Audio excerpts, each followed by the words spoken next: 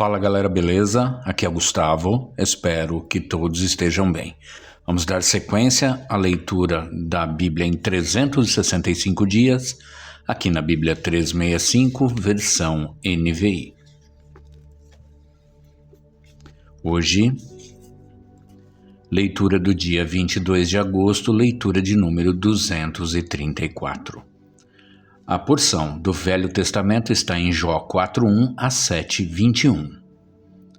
Então respondeu Elifaz de Temã: Se alguém se aventurar a dizer a você uma palavra, isso tirará a sua paciência? Mas quem pode refrear as palavras?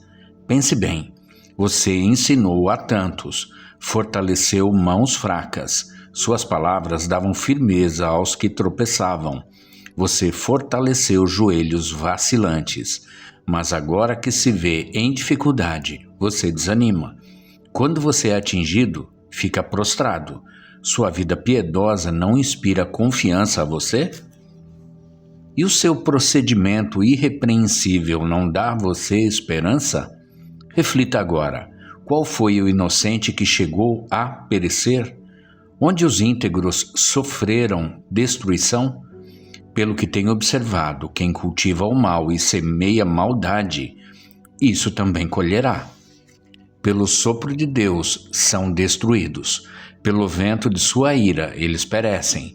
Os leões podem rugir e rosnar, mas até os dentes dos leões fortes se quebram. O leão morre por falta de presa, e os filhotes da leoa se dispersam. Disseram-me uma palavra em segredo, da qual os meus ouvidos captaram um murmúrio. Em meio a sonhos perturbadores da noite, quando cai sono profundo sobre os homens, temor e tremor se apoderaram de mim e fizeram estremecer todos os meus ossos. Um espírito roçou o meu rosto, e os pelos do meu corpo se arrepiaram. Ele parou, mas não pude identificá-lo. Um vulto se pôs diante dos meus olhos, e eu ouvi uma voz suave que dizia: Poderá algum mortal ser mais justo que Deus? Poderá algum homem ser mais puro que o seu Criador? Se Deus não confia em seus servos, se vê erro em seus anjos e os acusa, quanto mais nos que moram em casas de barro, cujos alicerces estão no pó. São mais facilmente esmagados que uma traça. Entre o alvorecer e o crepúsculo são despedaçados, perecem para sempre, sem ao menos serem notados. Não é certo que as cordas de suas tendas são arrancadas e eles morrem em sabedoria? Clame se quiser, mas quem o ouvirá? Para qual dos seres celestes você se voltará? O ressentimento mata o insensato e a inveja destrói o tolo. Eu mesmo já vi um insensato lançar raízes, mas de repente a sua casa foi amaldiçoada. Seus filhos longe estão de desfrutar de segurança. Maltratados nos tribunais, não há quem os defenda. Os famintos devoram a sua colheita, tirando-a até do meio dos espinhos, e os sedentos sugam a sua riqueza, pois o sofrimento não brota do pó, e as dificuldades não nascem do chão. No entanto, o homem nasce para as dificuldades, tão certamente como as fagulhas voam para cima. Mas, se fosse comigo, eu apelaria para Deus, apresentaria a Ele a minha causa. Ele realiza maravilhas insondáveis, milagres que não se pode contar. Derrama chuva sobre a terra, envia água sobre os campos. Os humildes ele exalta e traz os que pranteiam a um lugar de segurança. Ele frustra os planos dos astutos, para que fracassem as mãos deles. Apanha os sábios na astúcia deles, e as maquinações dos astutos são malogradas por sua precipitação. As trevas vêm sobre eles em pleno dia. Ao meio-dia, eles tateiam como se fosse noite. Ele salva o oprimido da espada que trazem na boca. Salva-o das garras dos poderosos. Por isso os pobres têm esperança, e a injustiça cala a própria boca. Como é feliz o homem a quem Deus corrige. Portanto, não despreze a disciplina do Todo-Poderoso, pois ele fere, mas trata do ferido. Ele machuca, mas suas mãos também curam. De 6 desgraças ele o livrará. Em 7 delas você nada sofrerá. Na fome ele o livrará da morte, e na guerra o livrará do golpe da espada. Você será protegido do açoite da língua, e não precisará ter medo quando a destruição chegar. Você rirá da destruição e da fome, e não precisará temer as feras da terra, pois fará aliança com as pedras do campo, e os animais selvagens estarão em paz com você. Você saberá que a sua tenda é segura, contará os bens de sua moradia e de nada achará falta. Você saberá que os seus filhos serão muitos e que os seus descendentes serão como a relva da terra. Você irá para a sepultura em pleno vigor, como um feixe recolhido no devido tempo. E verificamos isso e vimos que é verdade. Portanto, ouça e aplique isso à sua vida. Então Jó respondeu: se tão somente pudessem pesar a minha aflição e pôr na balança a minha desgraça, veriam que o seu peso é maior que o da areia dos mares. Por isso as minhas palavras não são tão impetuosas. As flechas do Todo-Poderoso estão cravadas em mim, e o meu espírito suga delas o veneno. Os terrores de Deus me assediam. Zurra o jumento selvagem se tiver capim? Muge o boi se tiver forragem? Come-se sem sal uma comida insípida? E a clara do ovo tem algum sabor? Recuso-me a tocar nisso. Esse tipo de comida causa-me repugnância. Se tão somente fosse atendido o meu pedido, se Deus me concedesse o meu desejo, se Deus se dispusesse a esmagar-me, a soltar a mão protetora e eliminar-me, pois eu ainda teria o consolo, minha alegria, em meio à dor implacável de não ter negado as palavras do santo. Que esperança posso ter se já não tenho forças? Como posso ter paciência se não tenho futuro? Acaso tenho a força da pedra? Acaso a minha carne é de bronze? Haverá poder que me ajude agora que os meus recursos se foram? Um homem desesperado deve receber a compaixão de seus amigos, muito embora ele tenha abandonado o temor do Todo-Poderoso. Mas os meus irmãos enganaram-me como riachos temporários, como os riachos que transbordam quando o degelo os torna turvos, e a neve que se derrete os faz encher, mas que param de fluir no tempo da seca, e no calor desaparecem dos seus leitos. As caravanas se desviam de suas rotas, sobem para lugares desertos e perecem. Procuram água as caravanas de Temá, olham esperançosos os mercadores de Sabá. Ficam tristes, porque estavam confiantes. Lá chegaram tão somente para sofrer decepção, pois agora vocês de nada me valeram. Contemplam minha temível situação e se enchem de medo. Alguma vez pedi a vocês que me dessem alguma coisa? Ou que da sua riqueza pagassem resgate por mim? Ou que me livrassem das mãos do inimigo?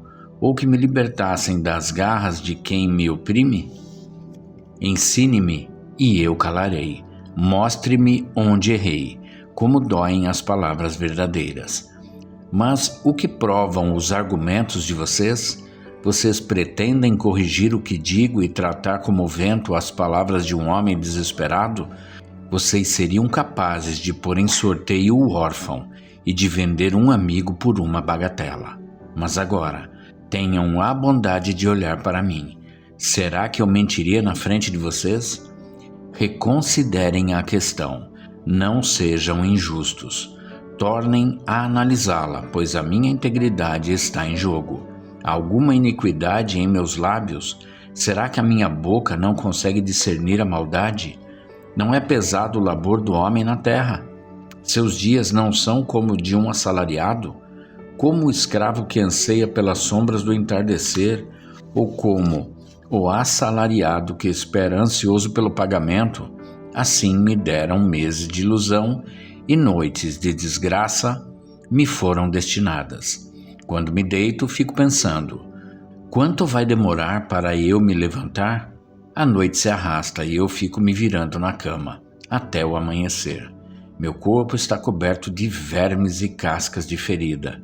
Minha pele está rachada e vertendo pus. Meus dias correm mais depressa que a lançadeira do tecelão e chegam ao fim sem nenhuma esperança. Lembra-te, ó Deus, de que a minha vida não passa de um sopro. Meus olhos jamais tornarão a ver a felicidade. Os que agora me veem, nunca mais me verão.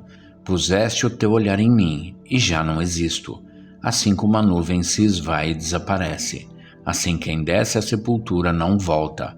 Nunca mais voltará ao seu lar. A sua habitação não mais o conhecerá. Por isso não me calo. Na aflição do meu espírito desabafarei. Na amargura da minha alma farei as minhas queixas. Sou eu o mar, ou o monstro das profundezas, para que me ponhas sob guarda? Quando penso que a minha cama me consolará e que o meu leito aliviará a minha queixa, mesmo aí me assustas com sonhos e me aterrorizas com visões. É melhor ser estrangulado e morrer do que sofrer assim. Sinto desprezo pela minha vida. Não vou viver para sempre. Deixa-me, pois os meus dias não têm sentido. Que é o homem? Para que lhes dês importância e atenção? Para que o examines a cada manhã e o proves a cada instante? Nunca desviarás de mim o teu olhar. Nunca me deixarás a sós, nem por um instante. Se pequei, que mal te causei, ó tu que vigias os homens? Por que me tornaste teu alvo? Acaso tornei-me um fardo para ti? Por que não perdoas as minhas ofensas e não apagas os meus pecados? Pois logo me deitarei no pó. Tu me procurarás, mas eu já não existirei. Agora a porção do Novo Testamento, aqui em 1 Coríntios 14, de 18 a 40. Dou graças a Deus por falar em línguas mais do que todos vocês. Todavia, na igreja, prefiro falar 5 palavras compreensíveis para instruir os outros a falar 10.000 palavras em uma língua. Irmãos, deixem de pensar como crianças. Com respeito ao mal, sejam crianças, mas quanto ao modo de pensar, sejam adultos, pois está escrito na lei: por meio de homens de outras línguas e por meio de lábios de estrangeiros, falarei a este povo, mas, mesmo assim, eles não me ouvirão, diz o Senhor. Portanto, as línguas são um sinal para os descrentes e para os que creem. A profecia, porém, é para os que creem, não para os descrentes. Assim, se toda a igreja se reunir e falar em línguas e alguns não instruídos ou descrentes entrarem, não dirão que vocês estão loucos? Mas, se entrar algum descrente ou não instruído, quando todos estiverem profetizando, ele por todos será convencido de que é pecador e por todos será julgado, e os segredos do seu coração serão expostos. Assim, ele se prostrará, rosto em terra, e adorará a Deus, exclamando: Deus realmente está entre vocês. Portanto, que diremos, irmãos? Quando vocês se reúnem, cada um de vocês tem um salmo, ou uma palavra de instrução, uma revelação, uma palavra em uma língua, ou uma interpretação. Tudo seja feito para a edificação da igreja. Se, porém, alguém falar em língua, devem falar 2, no máximo 3, e alguém deve interpretar. Se não houver intérprete, fique calado na igreja, falando consigo mesmo e com Deus. Tratando-se de profetas, falem 2 ou 3, e os outros julguem cuidadosamente o que foi dito. Se vier uma revelação a alguém que está sentado, cale-se o primeiro, pois vocês todos podem profetizar, cada um por sua vez, de forma que todos sejam instruídos e encorajados. O espírito dos profetas está sujeito aos profetas, pois Deus não é Deus de desordem, mas de paz. Como em todas as congregações dos santos, permaneçam as mulheres em silêncio nas igrejas, pois não lhes é permitido falar. Antes permaneçam em submissão, como diz a lei. Se quiserem aprender alguma coisa, que perguntem a seus maridos em casa, pois é vergonhoso uma mulher falar na igreja. Acaso a palavra de Deus originou-se entre vocês? São vocês o único povo que ela alcançou? Se alguém pensa que é profeta ou espiritual, reconheça que o que estou escrevendo a vocês é mandamento do Senhor. Se ignorar isso, ele mesmo será ignorado. Portanto, meus irmãos, busquem com dedicação o profetizar e não proíbam o falar em línguas, mas tudo deve ser feito com decência e ordem. Agora, a parte de Salmos 37, de 30 a 40. A boca do justo profere sabedoria, e a sua língua fala conforme a justiça. Ele traz no coração a lei do seu Deus. Nunca pisará em falso. O ímpio fica à espreita do justo, querendo matá-lo, mas o Senhor não o deixará cair em suas mãos, nem permitirá que o condenem quando julgado. Espere no Senhor e siga a sua vontade. Ele o exaltará, dando-lhe a terra por herança. Quando os ímpios forem eliminados, você o verá. Vi um homem ímpio e cruel florescendo como frondosa árvore nativa, mas logo desapareceu e não mais existia. Embora eu o procurasse, não pôde ser encontrado.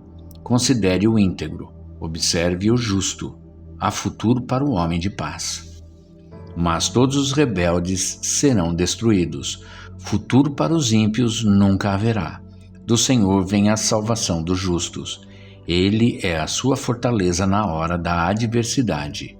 O Senhor os ajuda e os livra.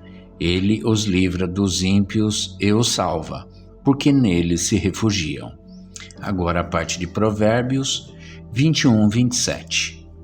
O sacrifício dos ímpios já por si é detestável, tanto mais quando oferecido com más intenções. Até aqui. E é isso, gente.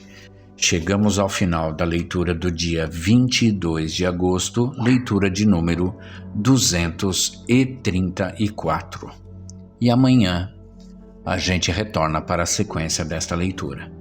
Espero que todos tenham uma excelente noite e que Deus abençoe a vida de cada um de vocês.